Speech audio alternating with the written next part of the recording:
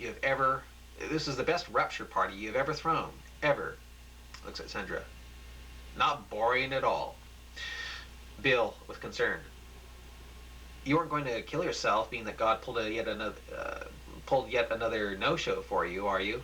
No-show on you, are you? I can't believe it, Bill. It just seems so perfect. It seemed like Jeremiah 49 was all set to go, then again, nothing. Am I insane? Am I really, truly out of my head with this? Then Bill says, I think only you can really answer that for yourself. Then Ted to Wingreen, with sadness in his eyes. What do you think? Be truthful. No beating around the bush, okay? Dr. Wingreen. Ted, I'll be honest with you. No one in this world is really truly sane. Everyone has some breaking point that will make them, and I cross mine, right? I didn't say that. I think you're an intelligent person, even as intelligent as the next person. The only trouble with you is you really have a great imagination and are very creative. And you are about as creative as my grandparents are creative. Creative to the point where they can come up with wild interpretations on reality. Yeah, that's right. You're trying to tell me something about them. What was it that you're trying to tell me? Well, as I was saying earlier, they too were intelligent. They were actually brilliant. Yet, when my grandfather was killed, my rational grandmother began to think irrational. I mean, here she was, a brilliant atheist, and yet she ended up believing the stupidest things from a medium, for crying out loud. Believing that her dead beloved husband was talking through this lady. What was so painful was all the thousands of dollars the sociopath was taking from my grandma's savings. Then Ted says, and so, what are you getting at? That doesn't take stupidity to believe really stupid things. When life is boring to you, as you've told me it was, and when life becomes painful and lonely, as you have also told me it was, your subconscious will try to seek out some way, either through drugs or religion, to dull the pain. You see, there's really nothing different between Bible prophecy and what that sociopath was saying to my grandmother. Both of them send out words that, if they sound good enough to you, like, I still love you, Maud, even in the astral plane, as it was with my grandmother, or Russia is slowing the dismantling of its nuclear weapons, and the ashes of the red heifer have finally been found. Maybe, as it is in your case, this helps fill some void in you that is, well, believed. And at the same time, one will completely, subconsciously ignore the words or news events that will completely and utterly contradict what you want to hear and believe. And only simple time will be the downfall of your hope-filled beliefs, as so often happens to all those who are into Bible prophecy and other theories that have a religious timetable with them. Rogers says, so Ted, feeling better? Ted smiling. Yeah, much better. I feel great. Teresa, really? You know, I would really like to be alone, if you don't mind. The suicide party's over, okay? Teresa asks, when do you think we'll have another party like this? Roger then says, the next time Iraq is threatening its neighbors, I guess. Teresa and Roger start getting their stuff, which will probably be in about 10 years when the Kurds start getting bored with the fact that no one is oppressing them anymore. Bill says, gosh, Ted, are you going to be all right? Sure, why not? Well, you sure don't seem all right. To Wingreen. If you were Ted, what would you do? Wingreen says, I think Ted needs to make more contacts with the outside world. Then to Ted, I think you have been isolating yourself too much from real people, Ted. When you are lonely, and I know that you are, Your subconscious will try to find something to fill that void, like my grandmother did with that sociopath when she got her going by asking her, is there anyone close to you in your family whose first name starts with a J? Only in your case, it's reading too many newspapers, watching too many episodes of the show Ezekiel 38. Robert, what's Ezekiel 38? Christian prophecy show. Oh. Also, Ted, you really need to associate yourself with those who are happy and realize that they're going to be dead someday. Ted, and you're happy? No one is really truly happy, Ted, but I'm not depressed like someone I know. If I were you, I would really try to lay off something. I'd really try to lay off watching the news, and especially dump the Bible prophecy reading. Ted, I haven't been into Bible prophecy for nearly 5 years. Only today. Dr. Weingrein, really? Huh. Well, instead of dwelling on the negative aspects of the Bible, dwell on the parts that make it sound like God is love and merciful. Roger, I don't see how Ted can do that, man. God kills his family in a car accident, nearly burns Ted to death in the accident. Then 10 years later, on the anniversary of his tragedy, teases him again with the idea that he'll be reunited with his wife and little girl tonight. Yet yanks his hope away again. Ted, how can you stand to be a Christian? How? Because if there's a God, then there's a chance that I'll see Christy and Sally again. And you think that something that keeps on teasing you every few years with a mirage known as the rapture is going to care if you ever see them again? Wake up, Ted. Smell the coffee. This crappy religion of yours is keeping you in the grief state. It's not allowing you to move on. You aren't living. You are existing. This may hurt you, friend, but it's for your own good. Your wife and little girl are dead. They are dead, they are gone, and you will never see them again. Bill shouting, how can you say that to him like that? Roger, this rapture shit is stifling his life.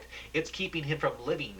Every time a night like this goes by and there is no rapture, I expect to find Ted dead, or worse, shut up inside an insane asylum.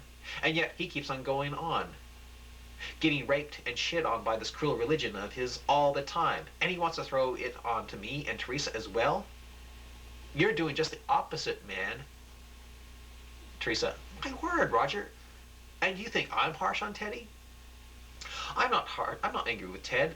Ted's a great guy, but it makes me angry to see him abuse himself in a religion that is, well, really, it's raping and fucking with his mental health.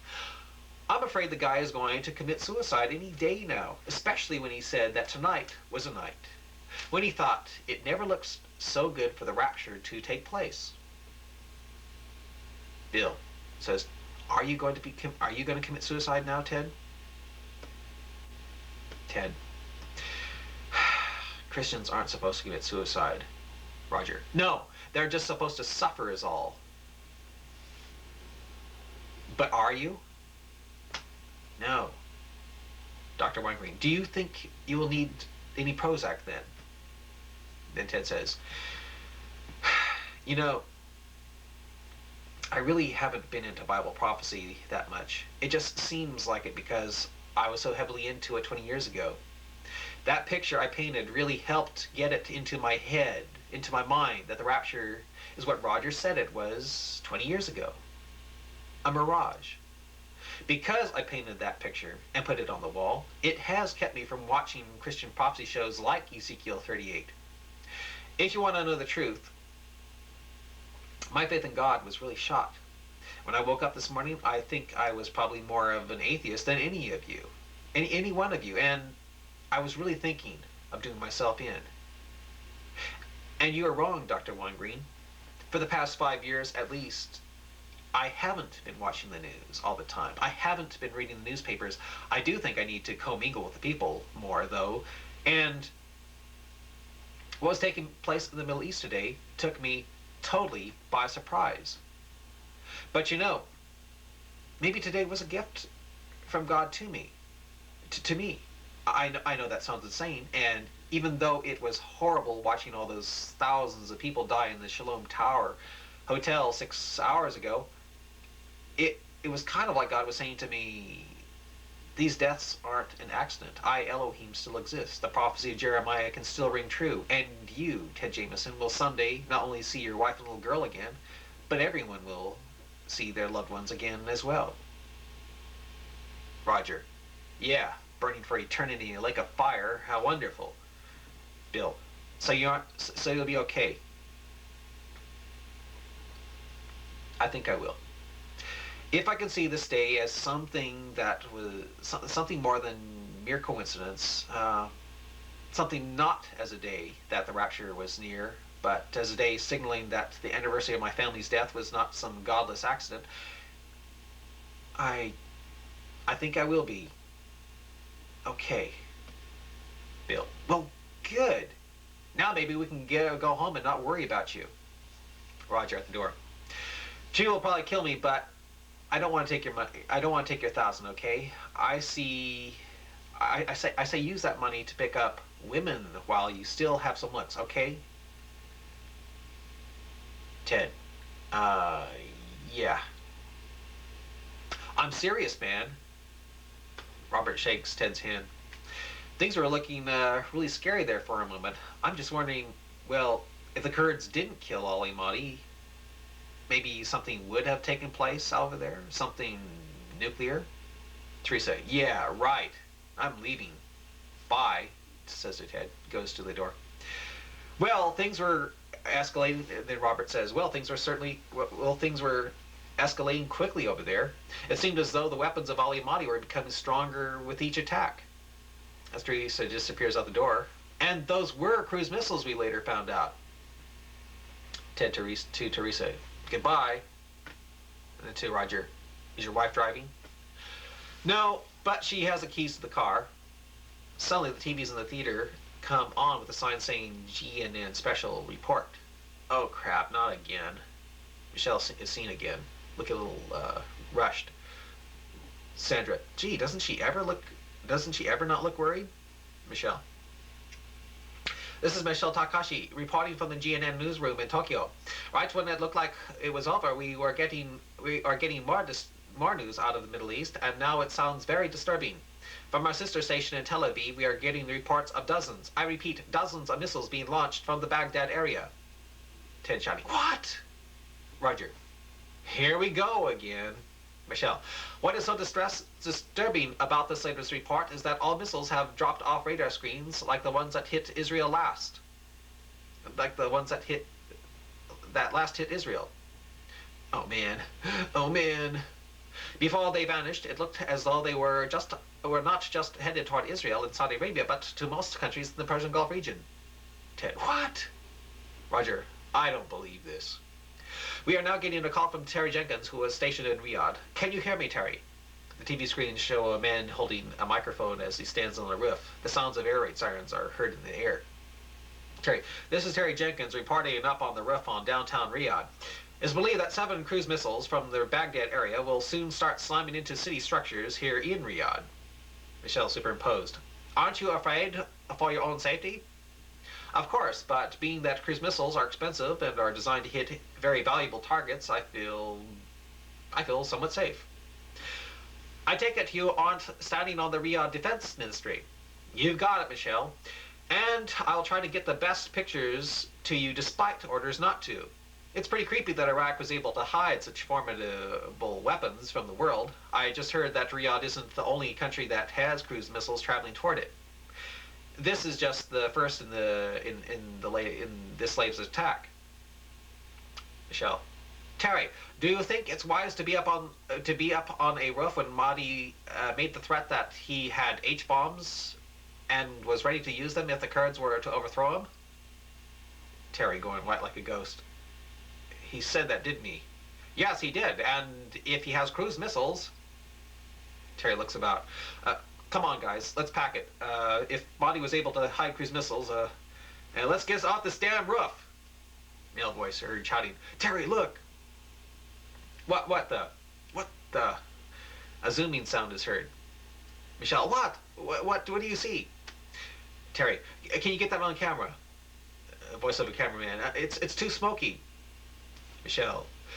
Then Terry says, Michelle, the 7 cruise missiles just passed over our heads. One was so close I felt as though I could have touched it. Damn, we missed it. Michelle says, can you show us where the trails lead off to? Yes, it's kind of strange that we didn't hear any explosions. The trails look as though looks as though they end up in the city. Well, show us. I will. Terry starts looking as though he's starting to breathe hard. Means, Terry, what's wrong? You look like you're shivering. I feel as though someone's put in electrical current through me and now turning up the juice. Ah! Turn out the juice. Wow! The camera turns in all directions and points to the roof as the cameraman falls in front of it, twitching and convulsing wildly, blood coming out of his nose and mouth. Michelle screaming, ah! Ah! Voice of producer, Kato Tokyo! Kato Tokyo! Cuts to Michelle. Michelle said, Terry, no! Ted to his guest, now do you believe me? Roger, it can't be. It can't be. Teresa coming back. What's taking you so long? Teresa coming back. What's taking you so long, Roger? A horrified Roger points to the TV. Gad. Yeah.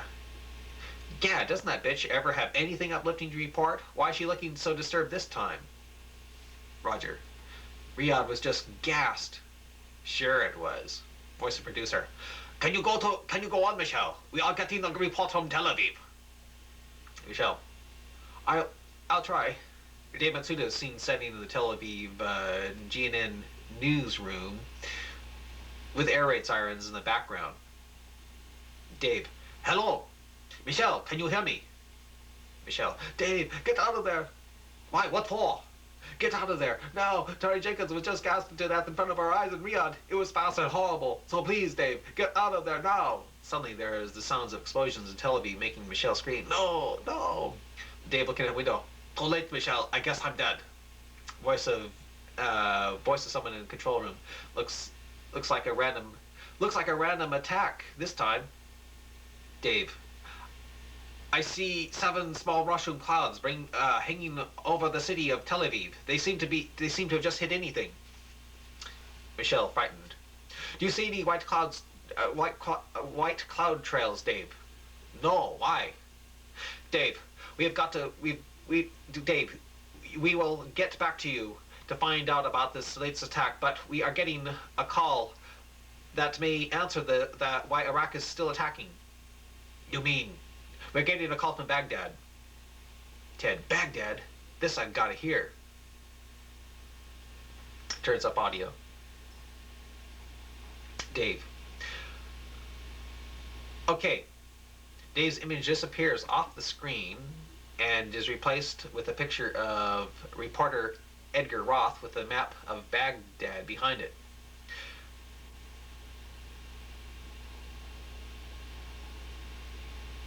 Michelle. That was Dave Matsuda in Tel Aviv. Now we are going to hear the latest from Edgar Roth in Baghdad. Edgar. Pause. Michelle. Yes, Edgar. This is Michelle. Can you please tell us why Iraq is still launching missiles when Mahdi was supposed to have been killed? Why more missiles? Ted to his guests. My question exactly. Roth.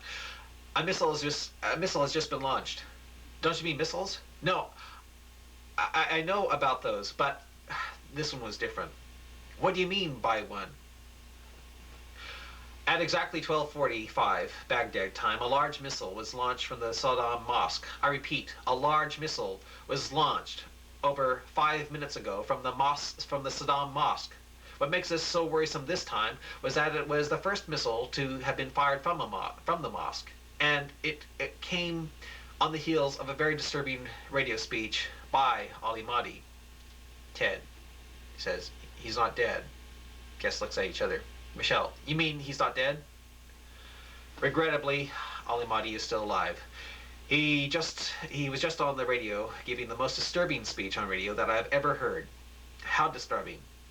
He said that there was no place for him to hide now, that all his lookalikes had been killed, and that he is ready to make Israel's sun go down at noon with the nuclear weapons he's been hiding. Ted, shouting, at noon? At noon. Edgar.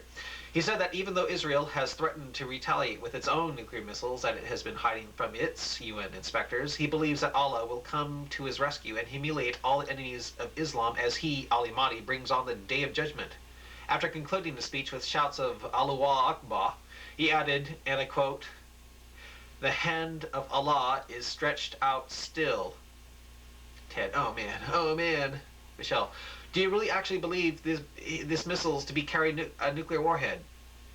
Do you really actually believe this missile to be carrying a nuclear warhead?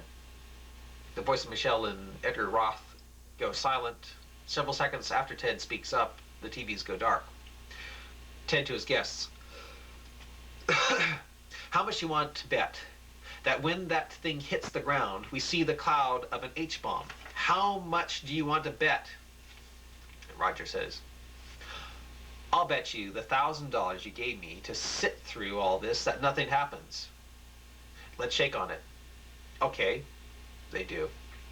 Ted quickly then runs over to and begins checking up on checking one of his VCRs. Ted, there's enough tape, enough for an hour, I'd say. VCR is running. Presses the button. Now. Teresa and Roger laugh. The others smile. Roger, nothing is going to happen, man. Sandra to Ted, what do you think will happen? Ted, pause. Looks at his guest. Looks sad. You guys, Christ said that when you see the abomination that maketh desolate standing where it ought not, do not come down from off your roof. Do not go in to get your coat, but let Jerusalem come into your mind. I have no idea when that missile will hit, but when it does, hey, I really feel that the rapture will take place because of that warning Christ said over 2,000 years ago. I feel there is now only a matter of minutes left to accept Christ as your Lord and Savior so that you can be a part of the rapture and escape the hell that will break out on this world. Robert, he says, will you feel like the biggest fool there ever was if nothing happens? Probably. But something is going to happen. This time the rapture will take place. It's just too perfect. Never has it looked this good. I tell you folks, if you aren't saved now, I believe God is giving you the last few minutes to repent and accept Christ as your Savior. God is giving you one last chance to escape the tribulation now. But time is running out. It is running out. Roger, nothing's going to happen, Ted. Even if a nuclear detonation in the Middle East, even if it's a nuclear detonation in the Middle East, nothing will happen. Ted, but what about all these incredible coincidences? What about them? And that's all they are, man. That's all they are. Incredible coincidences, if even that. How can you be sure? How? Because if what you're saying is true, if what you are saying is really true, then that means there was a time when all the world's animals were on a big boat. And they were. Teresa laughing. Yeah, right. Roger goes on. Are you saying that the anaconda snake? Are you saying that the anaconda snake slithered off of Mount Ararat, slithered across the Barren Straits, crossed the Rocky Mountains, and went all the way down into South America? That is so stupid. And the Bible seems to hint that the world is only 6,000 years old when all evidence points to it being much older. Looks can be deceiving. Teresa snickers. Roger. That means that the White Cliffs of Dover is a lie planted by God. White Cliffs of Dover? That's right. The whole thing is made of chalk. And what is chalk, Dr. Winegreen?